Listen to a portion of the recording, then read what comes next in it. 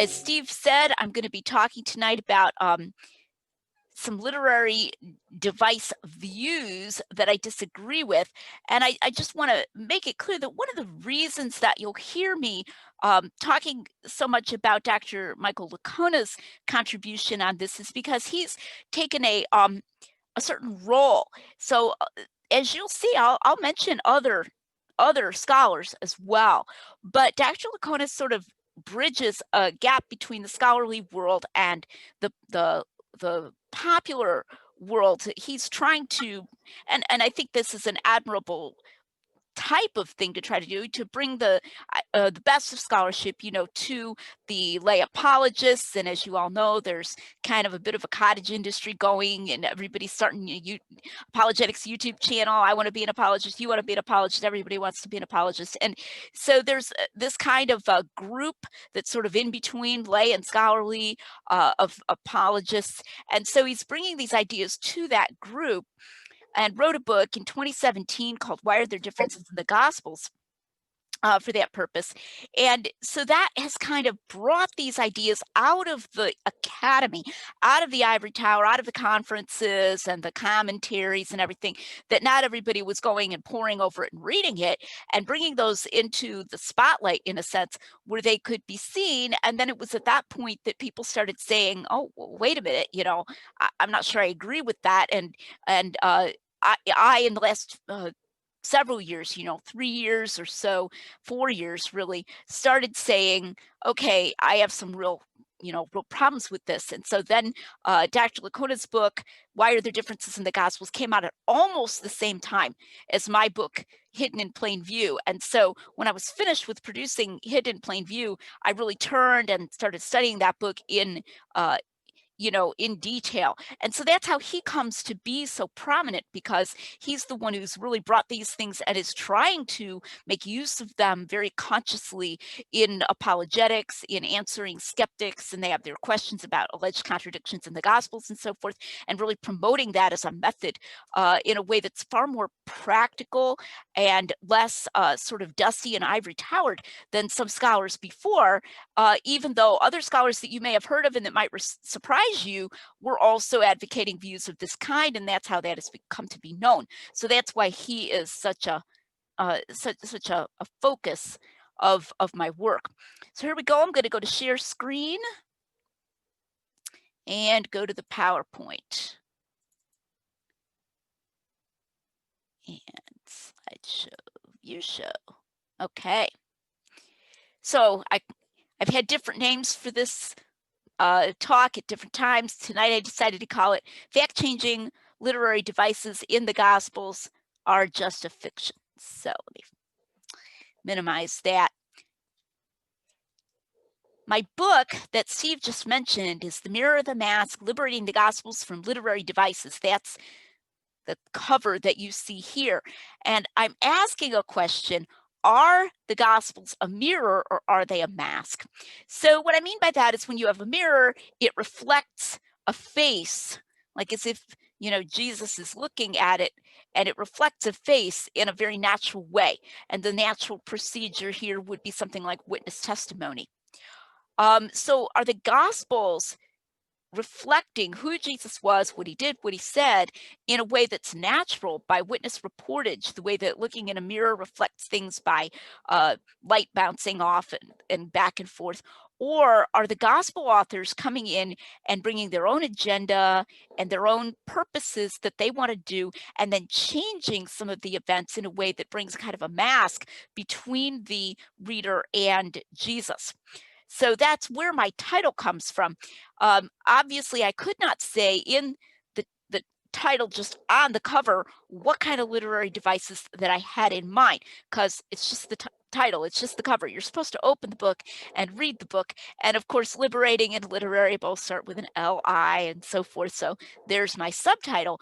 But the idea is that in the book, I make this clearer what I'm talking about. So what sort of literary devices are we talking about that I'm saying I don't think the gospel authors use these?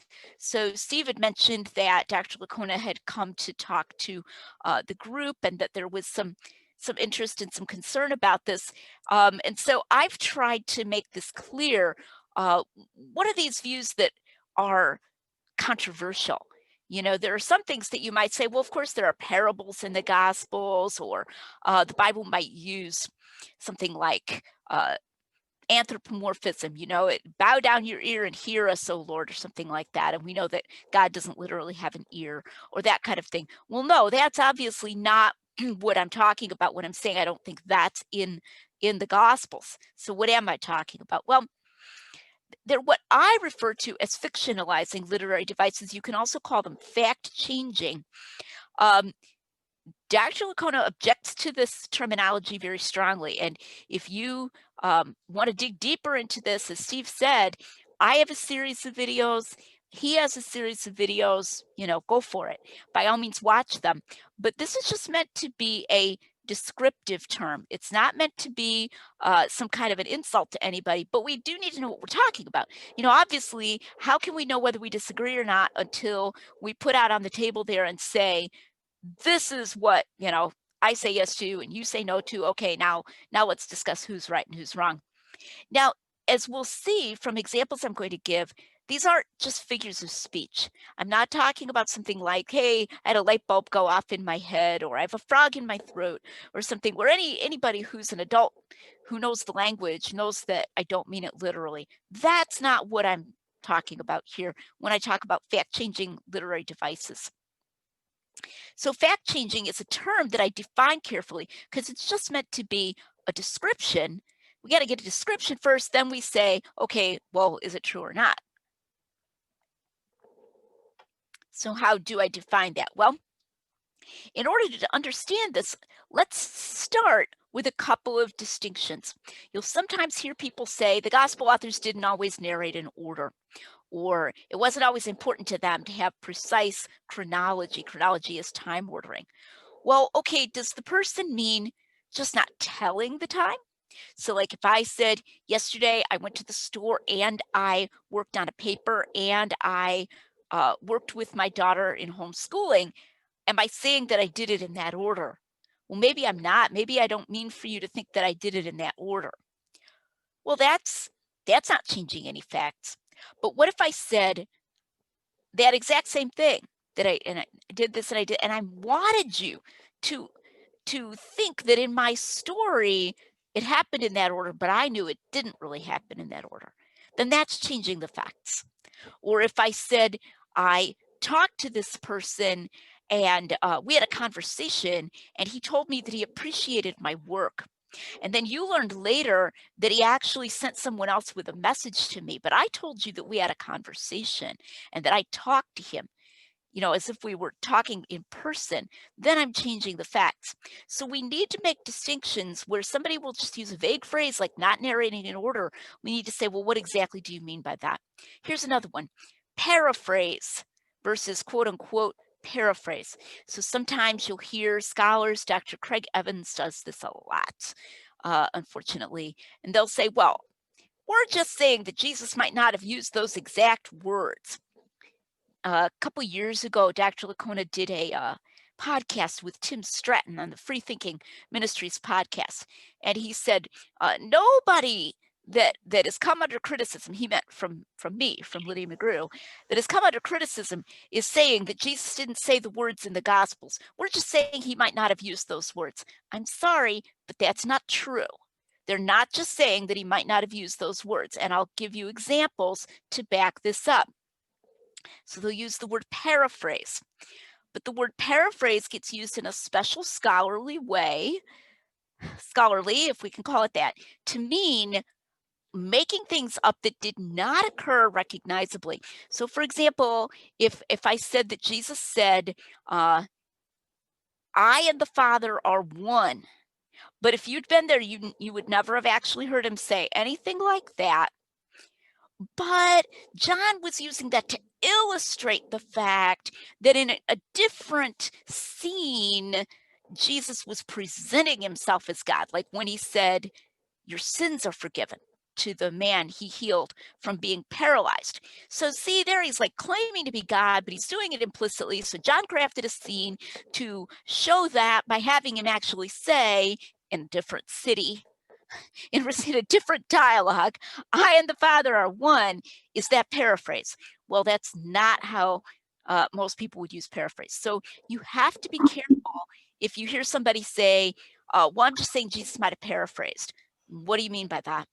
Okay, so what do I mean by fact-changing literary devices? Well, first of all, what is narrated is contrary to fact in some respect. I'll get to examples in a moment. So just bear these in mind and you'll see how they apply to the examples. So it's pretty straightforward. In the story, such and such happens, but in reality, such and such didn't happen that way.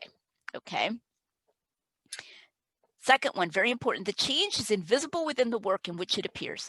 The narration appears realistic. There is no tag in the text whereby even the original audience could objectively and non-conjecturally distinguish fact from non-fact. This is important.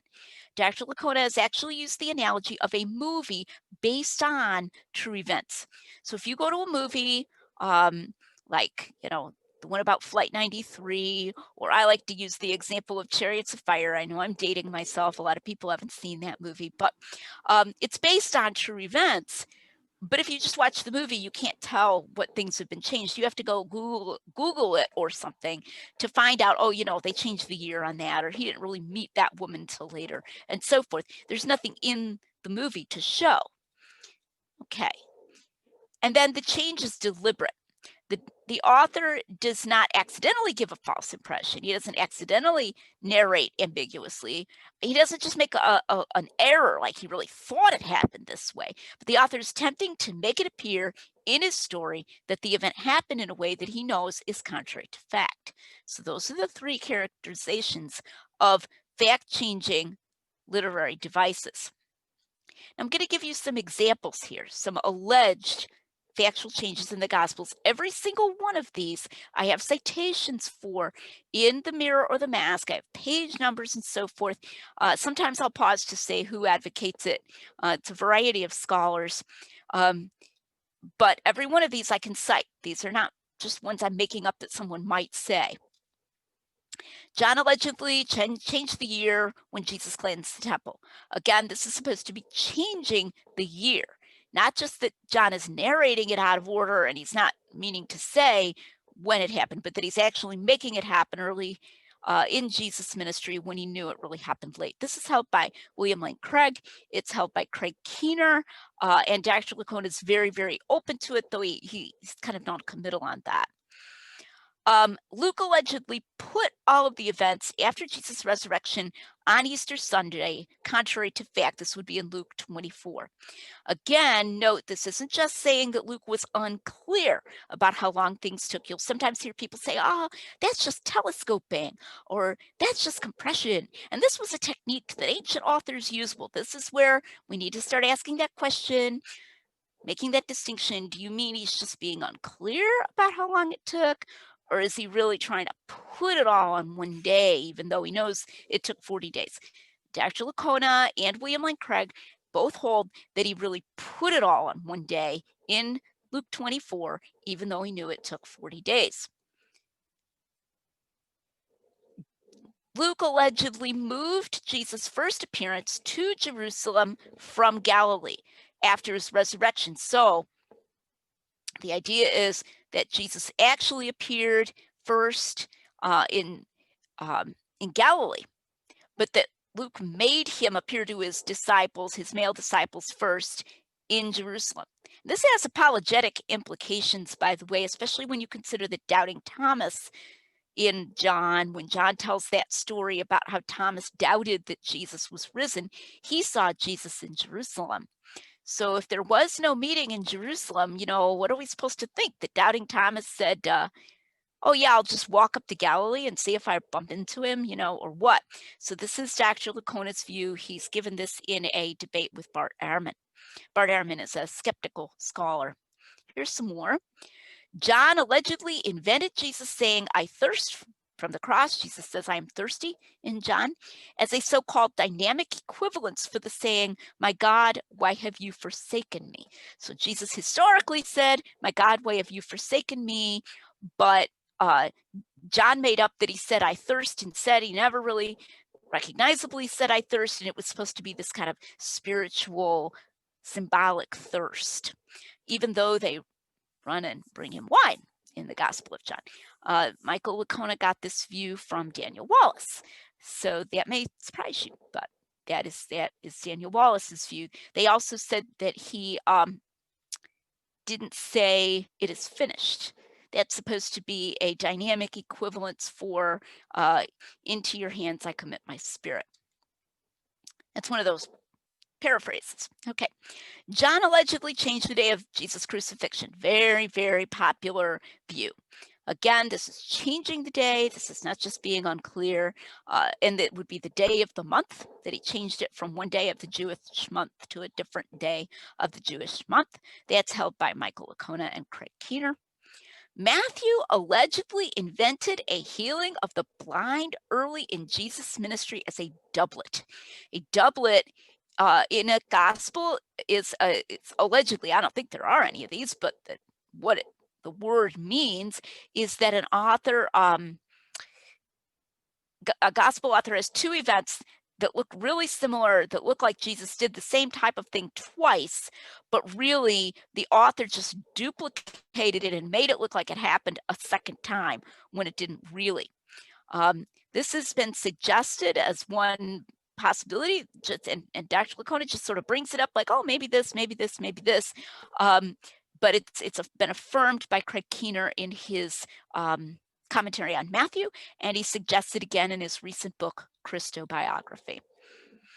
Matthew allegedly invented additional blind men to compensate for not telling other stories found in Mark. So the idea is that when Matthew has two blind men healed, and in the same story, Mark only mentions one blind man, that Matthew doubled up on blind men to make up for the fact, well, I'm not going to tell this other story in Mark, so I'll double up on the number of blind men healed here in Jericho to sort of make up for the fact that I'm not telling this completely different story in Mark.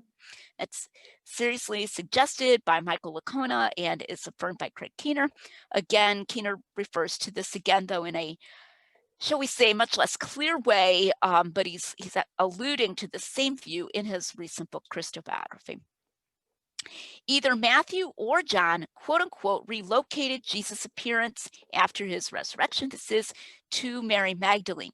Now, this relocation would involve making the circumstances of Jesus' appearance completely different. The idea is that supposedly in Matthew, Mary Magdalene is with the other women. I don't think she's with the other women in Matthew, but that's the claim, that in Matthew, she's with the other women. They meet Jesus when they're running with great joy away from the tomb. Whereas in John, you may remember the scene where she comes back there alone and she's weeping and she doesn't know Jesus is risen, and he appears to her and she thinks he's the gardener, and they have this whole dialogue. So if John, quote unquote, relocated, that would mean he invented that entire scene. And Dr. Licona has definitely stated that one or the other of them did this. They relocated, meaning they changed the circumstances completely. He does not conclude which of them it was. Okay, here's a couple more. One of them is that the Johannine community invented the I am sayings with predicates. So this would be all the ones like, I am the true vine, I am the light of the world, I am the way, the truth, and the life, I am, and then followed by the something, okay? To express what they thought was the meaning of Jesus' teaching and what Jesus was to them. This has been affirmed by Craig Evans, definitely in a debate with Bart Ehrman in 2012. And although he did not want to come out and say it at first, he eventually reiterated and made it clear that he still holds this in an online debate, a phone debate he did with me in 2018 on the historicity of John on the Unbelievable Show with host Justin Brierley. John invented the overt claims to deity before Abraham was I am, and I and the Father are one, to quote unquote paraphrase Jesus' indirect teaching of his deity in completely different scenes found in Mark. I talked about this earlier. That was affirmed in 2012 by Craig Evans to Bart Ehrman.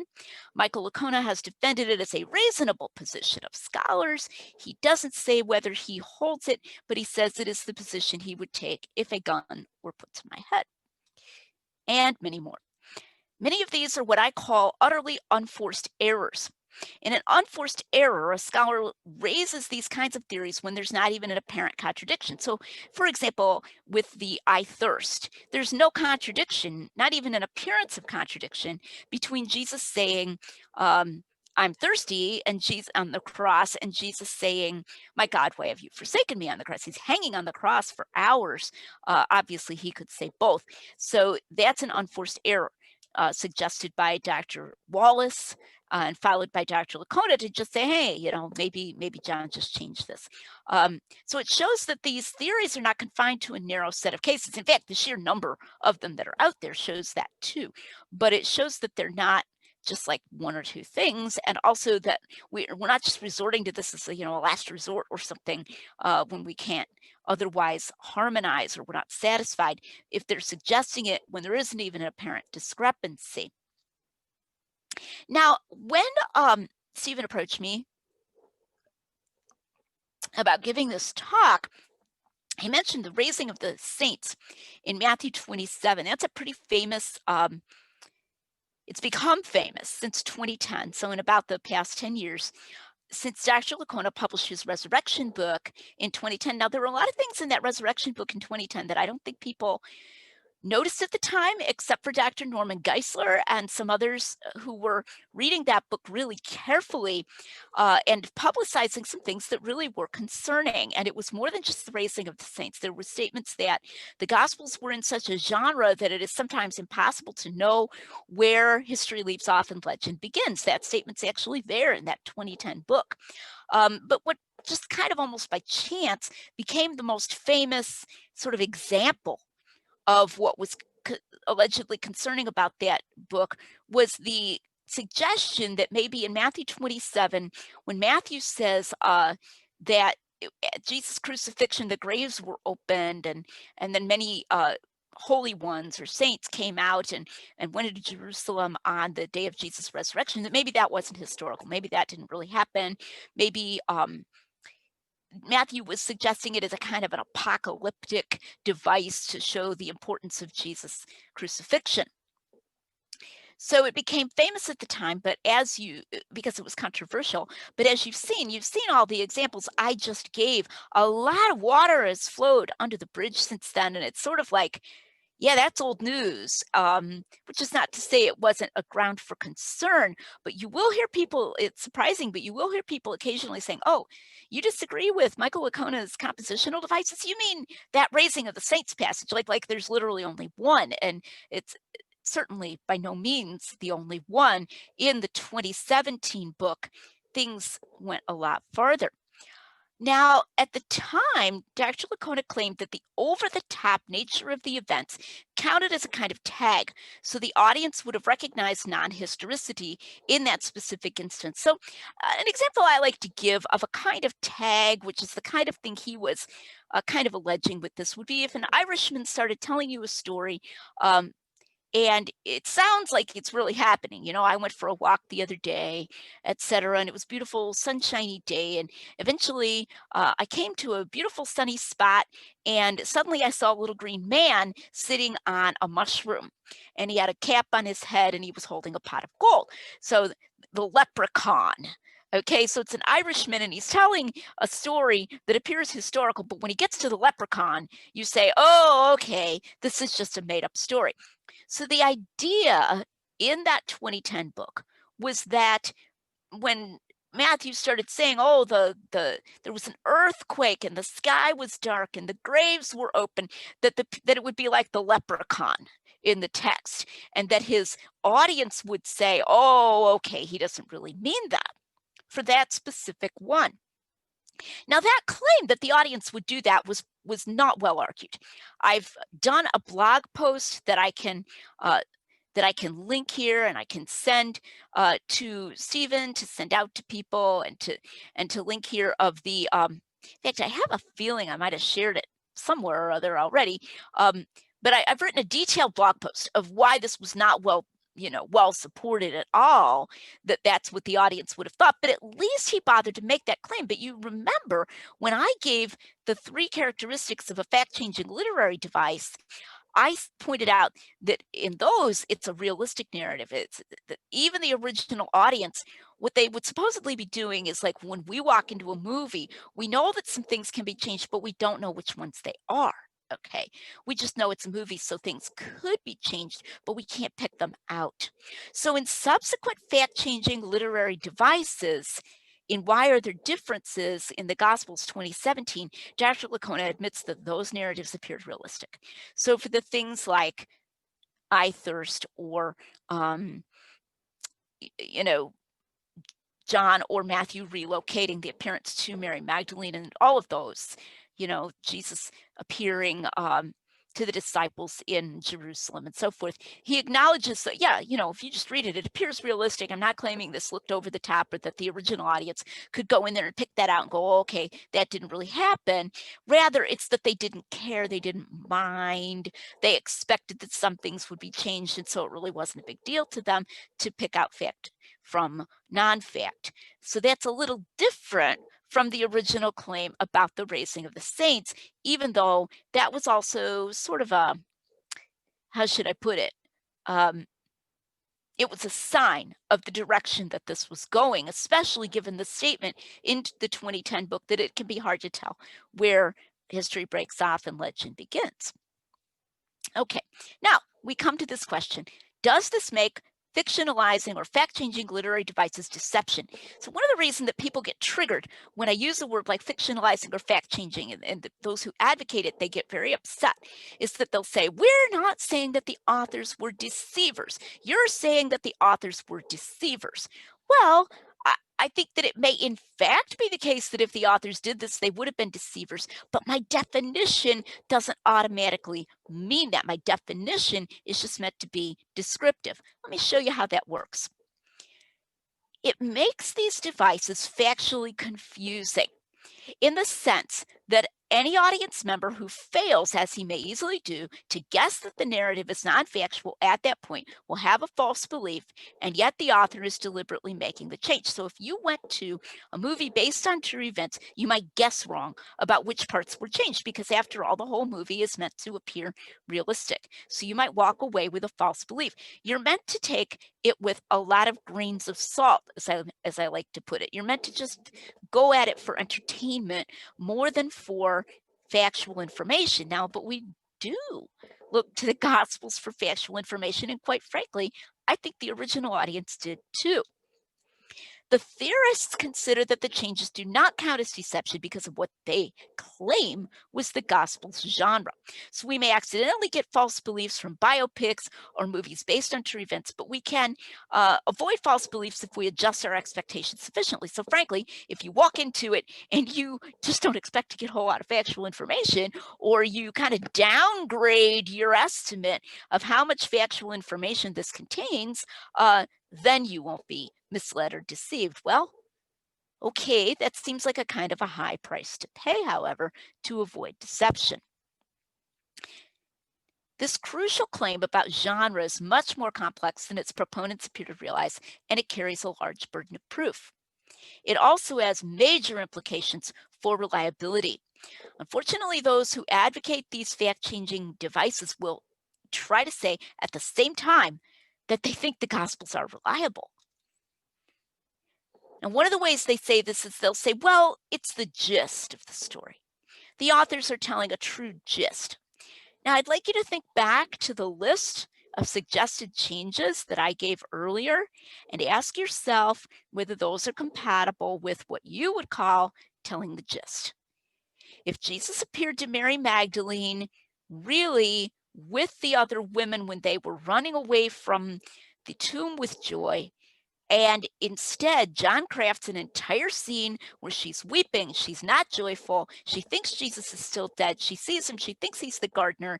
She says, please tell me where you've taken him, that I may take his body away. And he says, Mary. And then she recognizes him and she falls at his feet. Is that the gist of the same story? I submit to you that it is not. And so this word gist is sort of like paraphrase. It's being used in a very confusing way. Deliberate change has an especially strong effect upon reliability. I would say even stronger than a mere accident. I ask you to picture a witness in court, and this witness testifies that a certain event happened on Wednesday. He is then questioned by a hostile lawyer. The hostile lawyer confronts him with contradictions with other people's testimony and forces him to admit that the event really happened on a Saturday. You said it was Wednesday, really happened on Saturday. I now ask you to consider two diverging scenarios. Scenario one, the witness smacks his forehead and said, I am so sorry, you're right. This event really happened on a Saturday. I remember now, I see that you're right. Or, you may well be right. It's been a lot of years. I apologize. Those two evenings were similar in various ways, and I got them confused. Second scenario, different scenario. The witness says, yeah, I knew it really happened on a Saturday. I changed that. I was trying to make a better story.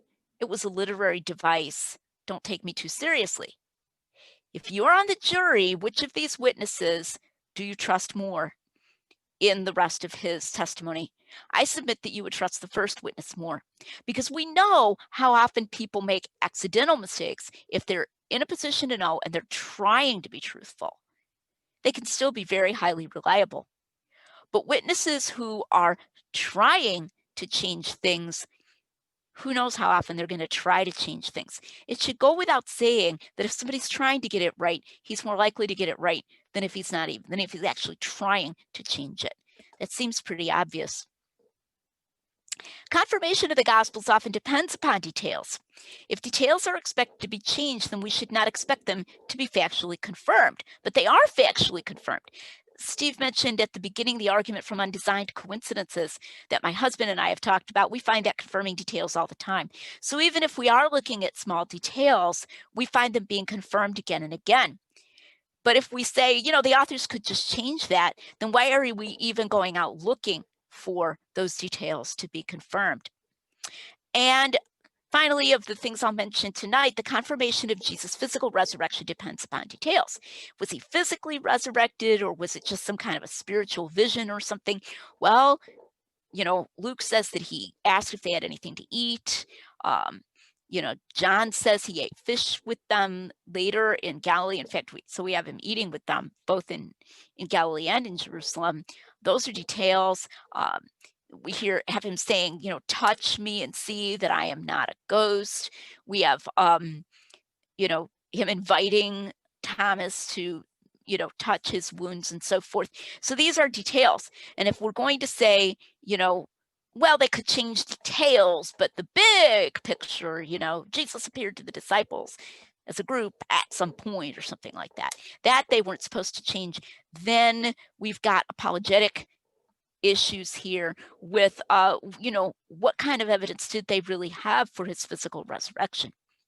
So all of this has just been to define what these theories are, explain them somewhat, kind of show why they're controversial, and show what the cost is if they're true. I really want to urge you, it's a surprising thing, you'll hear people saying, well, it really doesn't matter because it's the gist, or you don't really need to delve into these things, just kind of accept what the experts are saying. Well, the experts disagree with each other too. I mean, I had scholars you might respect who endorsed my book. So, that's not going to work because, what are you going to go eeny, meeny, miny, mo between the experts or something? So, and also a lot is at stake, as you can see from my talk so far. So it is kind of worth investigating whether the theories are true.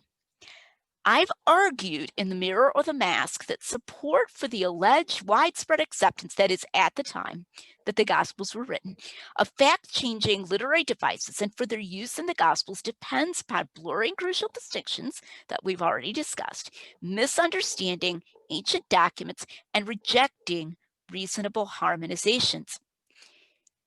Now, I'm going to just talk a little bit about some methodological problems. And, this is a kind of a long and heavy talk.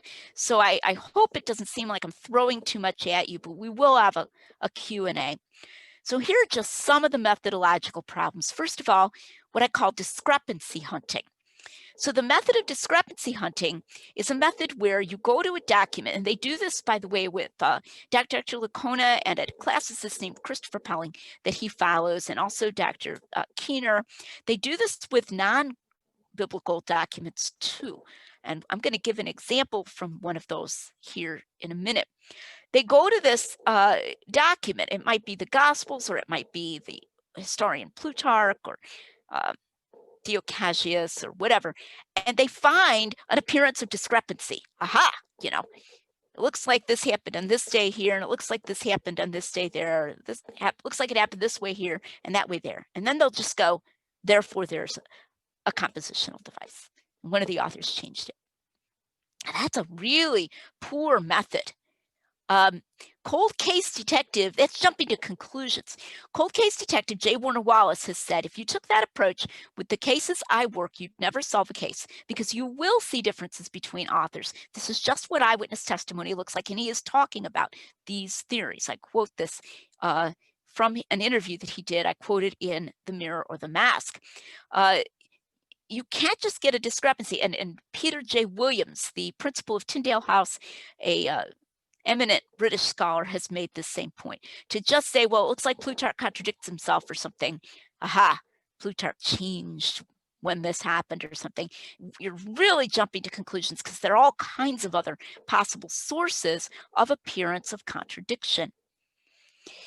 Also, suppose you're not satisfied with the available harmonizations in some instance. People get nervous about this. And I'm just going to say right here, I think this arises from the, it's become more acute in recent years because of the prevalence of debates with skeptics, and both formal and informal, a lot of informal debates on, the internet, on Twitter, on Facebook, but also formal debates. Everybody loves a formal debate. Everybody wants you to do a debate.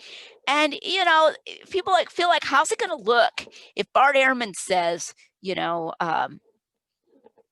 when did Jesus curse the fig tree or something, how did Judas die, or whatever, one of their favorites, and that you say, well, it might be this or it might be that, but you know what, I don't really know. I'm not really sure. I don't have a favorite theory. And you're just willing to admit that you don't have an answer for all of those, but that's okay because you have all this other positive evidence for the gospel's reliability. That's not punchy enough. Everybody wants a punchy answer. And so if you could just say, oh, silly Bart Ehrman, uninformed Bart Ehrman, he's bringing up contradictions. Don't you know that these were covered by compositional devices of the time? That sounds a lot better. Okay, but that doesn't mean it's historically justified. The complex superstructure of fact-changing literary devices does not become automatically the best explanation if you just don't happen to be satisfied with harmonizations. Because I can tell you, as Detective Wallace said, you will find apparent discrepancies between witness testimony. And as Wallace has put it, there wasn't some genre of witness testimony in 1975 where the witnesses were allowed to change and everybody expected them to change the facts. Okay, so automatically to say, oh, there must have been some genre, that isn't the best explanation. Sometimes you have to be willing to say, I don't have a favorite harmonization here. Also, another methodological problem is far-fetched theological theories. Now, you already saw an example of that when I mentioned I thirst. There's a far-fetched theological theory that John said, Jesus really said, my God, why have you forsaken me? But I don't want to portray, and really this is Wallace's argument, Jesus, as I'm portraying him in my gospel, is he's in command, and then his crucifixion is his glorification and so forth. And I don't want him to sound, like he's been forsaken. So like I'll put in this sort of ironic thing where he seems to say I thirst, but I know he didn't really say I thirst. It's so complicated. Or with respect to the temple cleansing, Dr. Keener has said John moved the temple cleansing to the beginning of Jesus' ministry to make a symbolic point that Jesus' whole ministry is sort of symbolically like Passion Week. So Jesus really cleansed the temple in Passion Week. He didn't really cleanse the temple at the beginning. We're going to move this to the beginning, John thought, because then it's a symbolism that Jesus' whole ministry is his passion. That's really far-fetched. Really complicated. Okay. And also the failure to recognize the value of apparent casualness.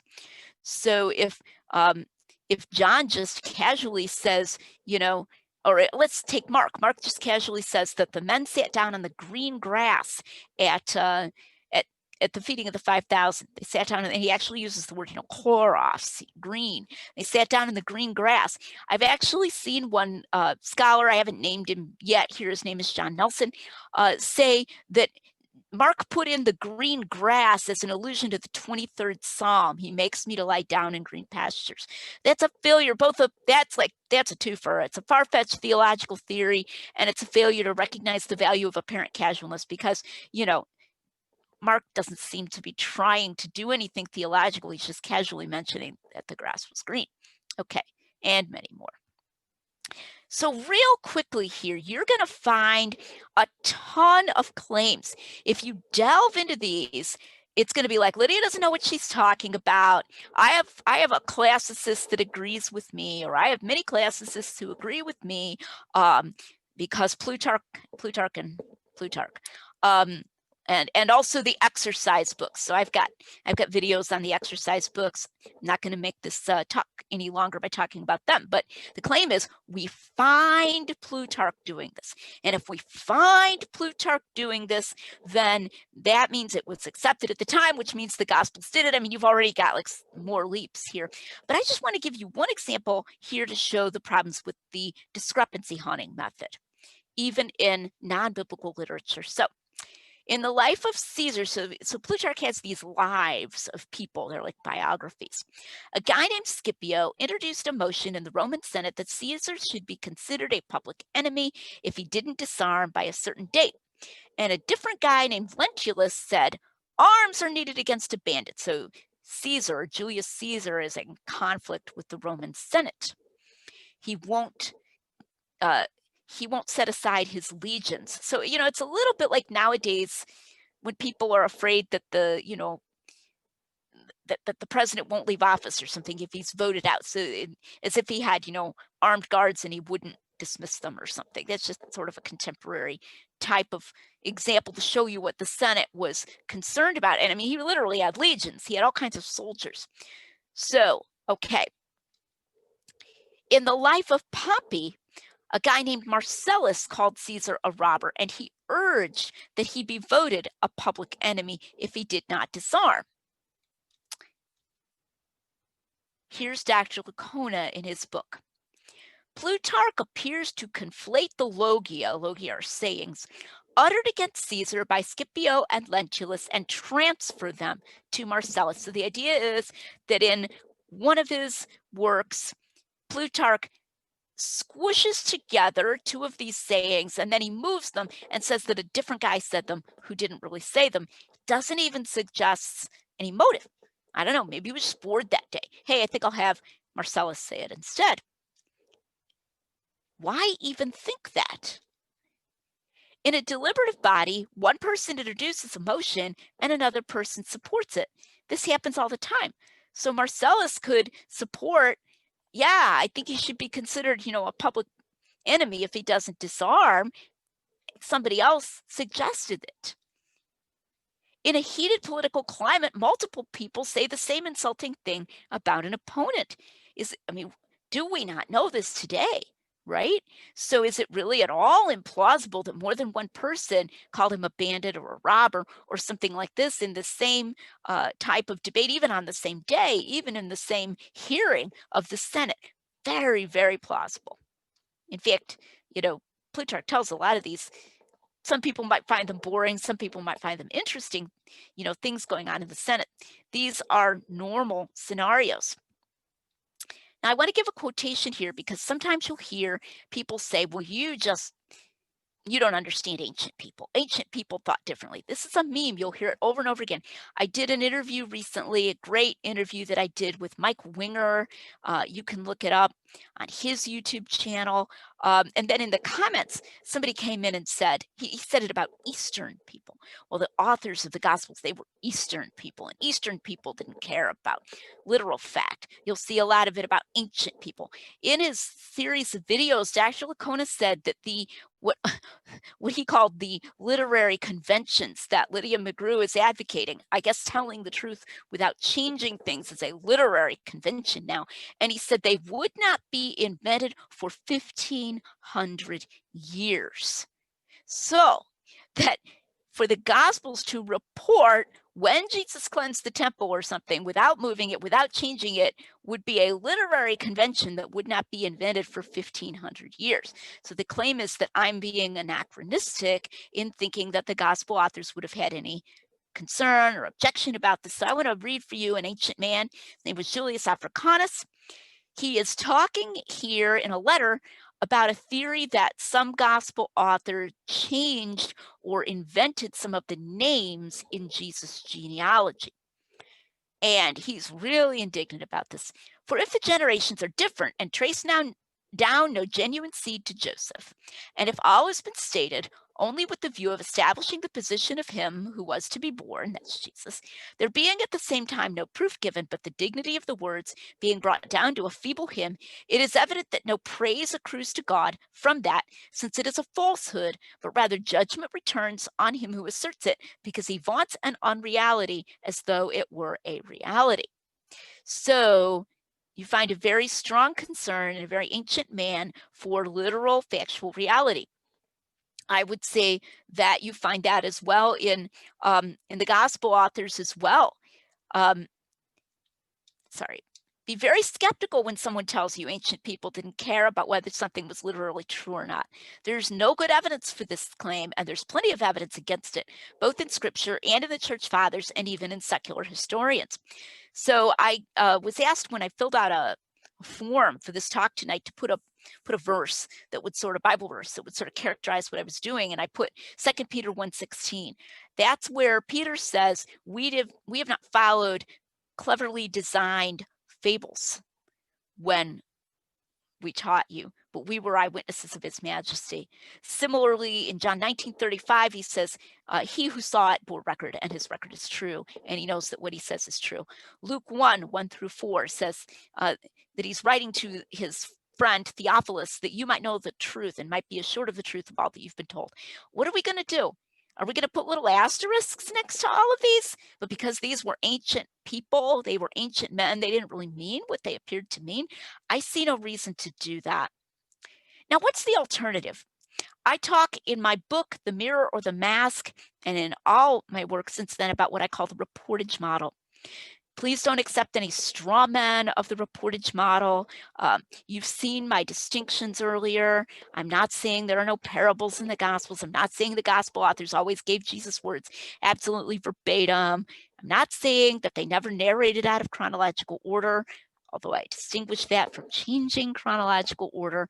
But I am saying that they were in a position to know what was true, and they were trying to get it right, and they were highly successful at getting it right. And then you're going to find normal common sources of account variation. People have different emphases. They see things from different angles. J. Warner Wallace tells a story about two witnesses telling about a robbery. And one of them said he left on foot. He ran away on foot. And another witness says he got in a car and he drove away in a car. And you might think this is a contradiction. And then you realize that they're looking out the window in different places. and that his car was parked over here. And so he did run away on foot. The first witness saw him run away on foot, and then he got into his car and drove away. Now, besides the evidence from the gospel author's stated intentions and from the Christian context and their interest in knowing the literal truth about Jesus, which I think we can tell from the gospels, there's also positive evidence for the reportage model. And I don't want you to think, even though this has already been a long enough talk, I don't have time to give a lot of details of this tonight, but I don't want you to think that the mirror or the mask is just one big long negative thing. It's got a lot of detail about the ancient authors and the claims and responding to the claims and so forth. But I also talk about positive evidence for the historicity of the Gospels. And it's I think, in that sense, a pretty user-friendly book. Each chapter has a chapter summary at the end, as well as the title of the chapter. And so you're welcome to look at that and say, I want to read more about the positive evidence, and you can read those parts of the book. I referred to several different types of arguments. The argument from undesigned coincidences, where these things fit together like pieces of a puzzle, that I talked about more in Hidden in Plain View, that my husband Tim has talked about. You can find a whole series of little short videos about this on my YouTube channel by Tim. Things that I call unexplained allusions. This is where an author just says something and it would make poor fiction because it kind of doesn't make any sense and you don't know what he's talking about. And we may never know what he's talking about. Sometimes with undesigned coincidences, one half of an undesigned coincidence is kind of an unexplained allusion in that document. An unexplained allusion that's not part of an undesigned coincidence, we just don't even know the answer to it. So like in one place, Jesus says, as the scripture says, and that he says something, and we've never been able to figure out for sure which scripture he's talking about. That's an unexplained allusion, but that's a mark of truth, because if the author was making it up, why would he put that in there? Unnecessary details. There was no genre at the time, please understand this, of highly realistic fiction. I love reading highly realistic fiction. But there's a literary convention that would not be invented for many hundreds of years, more like 1700 years. Unique personalities. I have a whole section of The Mirror, the Mask on the personality of Peter. And I think that's very interesting. How he's this consistent personality across all these different stories in the Gospels. Very hard to fake. And incidental external confirmations. I just did a talk for our local Ratio Christi about incidental external confirmations of Acts and all these teeny wonderful little things about geography and customs and so forth. We have those in the Gospels as well. So those are just some examples of evidence for the reportage model, because once we realize that the reportage model leads us to expect that details will be confirmed, then we find them confirmed, then that's evidence that they aren't just saying, hey, it's just a detail, I can change it, no big deal, which is, frankly, that's the compositional fact-changing device model. We've got these two models, and the evidence for the one really is evidence against the other. So for more, see The Mirror or the Mask, and also Hidden in Plain View. And I'm going to put up some information here. I put up a tiny URL to my YouTube channel, but you can just go to YouTube and look for Lydia McGrew. And I did a Mirror the Mask response playlist this summer, but there's a lot of other stuff too. You can follow my public content on Facebook. You do not have to be my Facebook friend to just click follow on my public content. My author page is very simply lydiamcgrew.com. And you can also reach my email, lydiamcgrew@gmail.com. Please be sure to introduce yourself there so I kind of know who you are. Sometimes people have written me questions and I can't tell if they're, a Christian or not, which doesn't mean I do write to non-Christians. That's not the point, but it just helps me to know a little more about who I'm talking to and what that person's name is and so forth. So at this point, and by the way, The Mirror, the Mask, and Hidden in Plain View, they're available in both Kindle and paperback. So if you want a less expensive edition, you can get those in Kindle. Okay, at this point, I'm going to do stop share screen. And I'm going to go to some question and answer. And I know that was kind of a packed presentation, but it was addressing a somewhat packed topic.